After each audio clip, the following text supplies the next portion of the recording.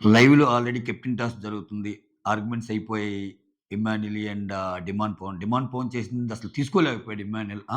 ఎందుకో ఇమ్మాన్యుయల్‌కి కొంచెం నామినేషన్‌లోకి రావాలంటే చాలా హెసిటేట్ అవుతున్నాడు పాపం. ఆ! సో, వీటన్నిటి మధ్య సెకండ్ ప్రోమో వచ్చి చాలా సేపయింది. ఇక్కడ ప్రోమోలో కంటే ప్రోమోలో చాలా అంటే చాలా చిన్న ప్రోమో. చాలా అర్థవంతమైన ప్రోమో. అంటే ఎన్ ఎంతమందిని ఎన్ని రకాలుగా స్టడీ చేయొచ్చో అన్ని రకాలుగా స్టడీ చేయొచ్చు ఈ ప్రోమోలో. సో, ఆ కాంబినేషన్స్ మొత్తం చెప్తాను. ఓకే.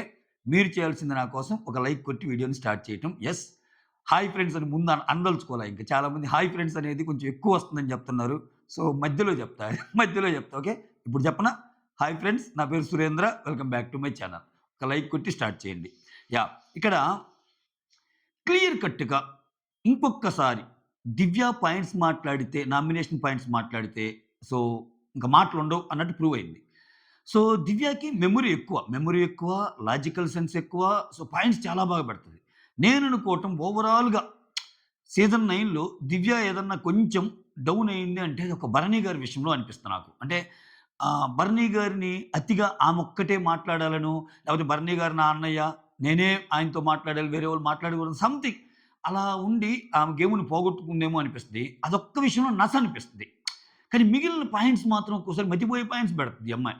సో, ఈరోజు దివ్య రీతూని రీతూతో ఆర్గ్యూ చేస్తా చెప్పిన 3 ఎగ్జాంపుల్స్‌లో తనుజ ఉంది. 3 ఎగ్జాంపుల్స్‌లో తనుజ ఉంది. సో, ఆ ఎగ్జాంపుల్ ఏంటి? నేను దేని గురించి మాట్లాడుతున్నాననేది ప్రోమో మొత్తం చూడండి తెలిసిద్ది. సంజన మాత్రం మాస్టర్ గేమ్ ఆడింది. మాస్టర్ గేమ్ ఆడింది. నిదానంగా ఎనకొస్తున్నారు ఇమ్మాన్యుల్ అండ్ దివ్య. సంజన ది సంజన వెళ్ళేటప్పటికి కళ్యాణ్, డిమాన్ అండ్ రితు ఉన్నారు. సంజనకి తెలుసు. సంజనకి కత్తి డిమాన్‌కిస్తే కళ్యాణ్‌నేసేస్తాడు. కత్తి రీతూకిచ్చినా కళ్యాణ్ డిమాండ్ ఆ! సంజనాకి తెలిసిందేందంటే, డిమాండ్‌కిచ్చినా, రీతూకి కత్తిచ్చినా కళ్యాణ్‌నేసేస్తారు. కళ్యాణ్‌నేసేస్తారు. బట్ ఆమె టార్గెట్ కళ్యాణ్ గాదు. ఆమె టార్గెట్ డిమాండు గాదు. ఆమె టార్గెట్ ఎవరు? రీతు. రీతూకియ్యాలంటే కళ్యాణ్‌కి కత్తిస్తా ఎందుకు అడిగిందంటే, కళ్యాణ్ నువ్వు నాకు ముందే చెప్పు నువ్వెవరినేస్తున్నావని. ఏమో కళ్యాణ్ డిమాండ్‌కేస్తే కళ్యాణ్ డిమాండ్‌కేస్తే అసలు కళ్యాణ్ గేమ్ పోగొట్టుకునేవాడు. బట్ కళ్యాణ్ డిమాండ్‌కేయలా. ఆన్ టాప్ ఆఫ్ దట్ ఒక ఎక్సలెంట్ డైలాగ్ చెప్పాడు. గూస్ బంప్స్ కంటెండర్ కాదురా నాకు పోటీగా ఒక ఛాన్స్ ఇస్తున్నారా ఇద్దరం ఆడుకుందామని. ఎక్సలెంట్ కదా! అది ప్రోమోకి హైలైట్ అదే. సో, అసలు యాక్చువల్‌గా ఛాన్స్ వచ్చేలాగా చేసింది మళ్ళా రాజమాత. సో, సో అలా అని చెప్పి ఆమె కళ్యాణ్ మీద ప్రేమతో ఇచ్చిందంటే కాదు. చూడండి ఇన్ని లిటిగేషన్స్ ఉన్నాయో దీంట్లో. కళ్యాణ్ మీద ప్రేమతో కాదు. రీతు మీద కోపంతో. అయినా ఒక మాట తీసుకోవాలి. ఒక మాట తీసుకోపోతే 95% ఛాన్సెస్ రీతూకే ఏస్తాడు కళ్యాణ్. ఎందుకంటే ఆల్రెడీ అప్పుడే కదా కెప్టెను. మళ్ళా కెప్టెన్ అంటే బాగోదు గదా! ఎందుకంటే కళ్యాణ్ ఒక లాజిక్ జెప్తాడు మొన్ననే. కొన్ని కొన్ని ఉన్నాయి గదా! సో, వాడు 2 సార్లు అయ్యాడు. ఈడు ఒకసారి అయ్యారు. ఇంకొకరు హాఫ్ టైమ్ కెప్టెన్ అయ్యాడు. ఇట్లా చెప్పినప్పుడు ఆల్రెడీ ఎగ్జిస్టింగ్ కెప్టెన్ గదా! ఆమెని కాదని మళ్ళా డిమాండ్ చేసి మళ్ళా రీతుతో పెట్టుకుంటే అది బాగోదు. గేమ్ పరంగా ఆయనకి ఈజీ అవ్వచ్చు. ఎందుకంటే వీళ్ళిద్దరిలో ఎవరు అన్నప్పుడు మళ్ళా కళ్యాణ్‌కి ఛాన్స్ ఉంటుంది. బట్ కళ్యాణ్ ఆ ఛాన్స్ తీసుకోలా. సచ్ ఎ చాలా బ్యూటిఫుల్ గేమ్ ప్లే అనిపించింది నాకు.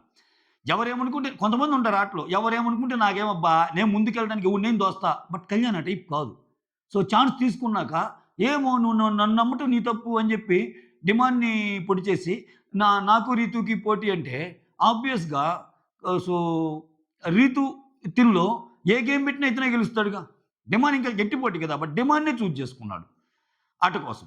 సో, బట్ ఇంకొకటి కొంచెం కొంచెం లాజికల్ ప్లే కూడా ఉంది కళ్యాణ్‌ది. సో, సంజన ఏ ఉద్దేశంతో ఈయనకి కత్తిచ్చింది గూడా కళ్యాణ్‌కి తెలుసు. అన్ని పెద్ద గొడవలైనప్పుడు. సో, రీతూనే పొడవమని. అందుకని రీతు నేను ఆడికి ఈ ఛాన్స్ రావాలంటే ఇలా ఇద్దామనుకుంటున్నాను. కంటెండర్‌గా కాదు నాతో ఆడి గెలిచే ఛాన్స్ నేను ఇద్దామనుకుంటున్నాను అన్నప్పుడు ఖచ్చితంగా రీతు యాక్సెప్ట్ చేయాల్సిందే ఇంకా. ఓకే. ఇంకక్కడ ఏం మాట్లాడిద్ది? సో, నామకే వస్తే ఏమన్నా మాట్లాడొచ్చు నాకు గావాలి అది ఇది అని. బట్ అంత ఎక్కువ ఆర్గ్యుమెంట్ ఉండదు ఇంకక్కడ. ఓకే. సో, అసలేం జరిగింది ప్రోమోలో డైలాగ్ టు డైలాగ్ మాట్లాడుకుందాం. సో దట్ మీకు కొంచెం ఇదొస్తది. ఆహ్, తనూజ, ఇమ్మాన్యుల్, సంజన ముగ్గురు కత్తి కోసం పరిగెత్తారు. తనూజ కత్తి తీసుకుంటదబ్బా! కత్తి తీసుకొని రీతూకిస్తది. ఇక్కడ దీనికంటే ముందు కొంచెం ప్రోమోలోకెళ్ళే ముందు ఇంకొక మాట చెప్తా.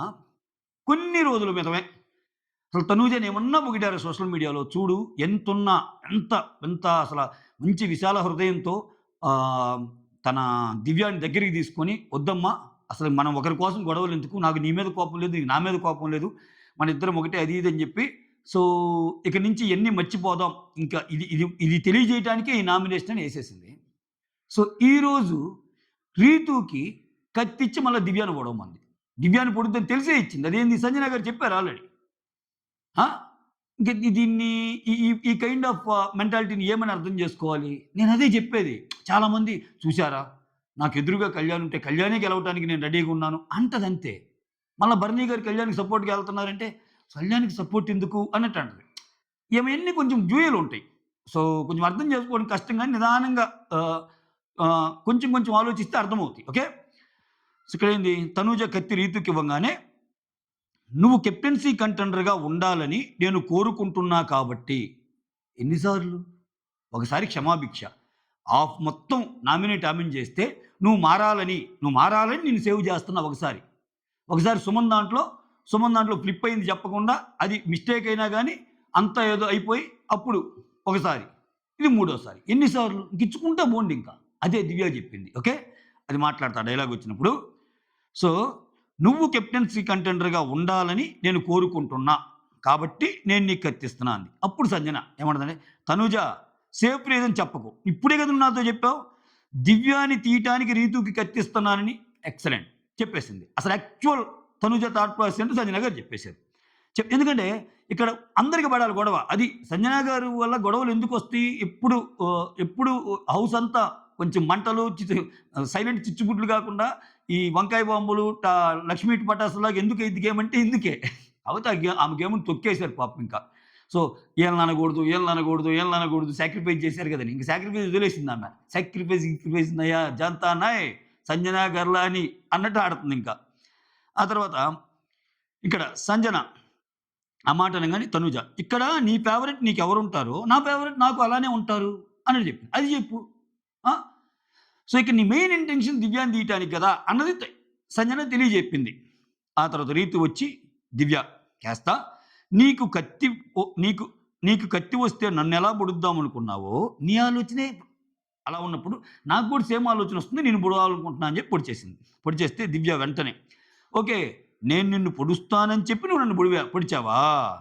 అంటే భయపడ్డావు. ప్రతిదానికి భయపడి నామినేట్ చేయటం, భయపడి కెప్టెన్సీలో తీసేయటం ఇది. ఇక్కడ ఒక మాట చెప్పాలి. దివ్యకి చాలా సార్లు ఛాన్స్ వచ్చింది పాపం. దివ్యకి చాలా సార్లు కెప్టెన్సీలోంచి ఒకరిని తీసేసే ఛాన్స్ గాని ఇట్లా వచ్చినప్పుడు తనూజాని చూజ్ చేసుకుంది గానీ, ఎంత కష్టమైన, ఎంత గొడవైనా అవనీయని, రీతు జోలికి ఎప్పుడు ఎళ్ళలా. కానీ రీతు మాక్సిమం దివ్యాని చాలా సార్లు కపుల్ ఆఫ్ టైమ్స్ ఆమెని బయటికి పంపటానికి. అంటే రీతు ఏందంటే నేను చెప్పా కదా! నేను మీకు ఆల్రెడీ ఒక మాట చెప్పా. రీతు చాలా స్ట్రాటజికల్. ఆ అమ్మాయి ఏందంటే ఇంట్లో ఉండేది నలుగురు ఇప్పుడు. సో, తనూజ ఎలా ఉంటది? టాప్ 5లో టాప్ 5 టాప్ 1 అని నాకు తెలుసు. 1 ఆర్ 2. ఇక సంజన అని దివ్యాని పంపిస్తే నా ప్లేస్ సుస్థిరం. అట్‌లీస్ట్ లేడీస్‌ని ఇద్దరిని పెడితే నేను ఉండాలి అని. అందుకని ఆమె ఫోకస్ చూడండి ఎప్పుడు లేడీస్ మీద సంజన అండ్ దివ్య మీదే ఉంటది. ఓకేనా? అది. అయితే ఆహ్, నువ్వు నామినేషన్స్‌కి భయపడి నన్నే తీసేస్తావు. కెప్టెన్సీ దాంట్లో నన్నే తీసేస్తావు. అంటే దమ్ముంటే నాతో ఆడు. దమ్ముంటే నాతో ఆడి గెలువు అన్నట్టంటే నీతోనా? అబ్బా! నువ్వేమన్నా పెద్ద తోపనుకుంటున్నావా? అన్నట్టు తోపని ఫీల్ అవ్వకన్నట్టు అంటది రీతు. దివ్య నేను తోపే. నేను నీకంటే పెద్ద తోపే అన్నట్టు అంటది. ఇక్కడ చెప్తది. ఇక్కడ చూడండి. 11థ్ వీక్ హాఫ్ హౌస్ నిన్ను నామినేట్ చేస్తే కెప్టెన్ వలన నువ్వు ఇమ్యూనిటీ వచ్చింది. తెలుసుగా. నలుగురు చేస్తే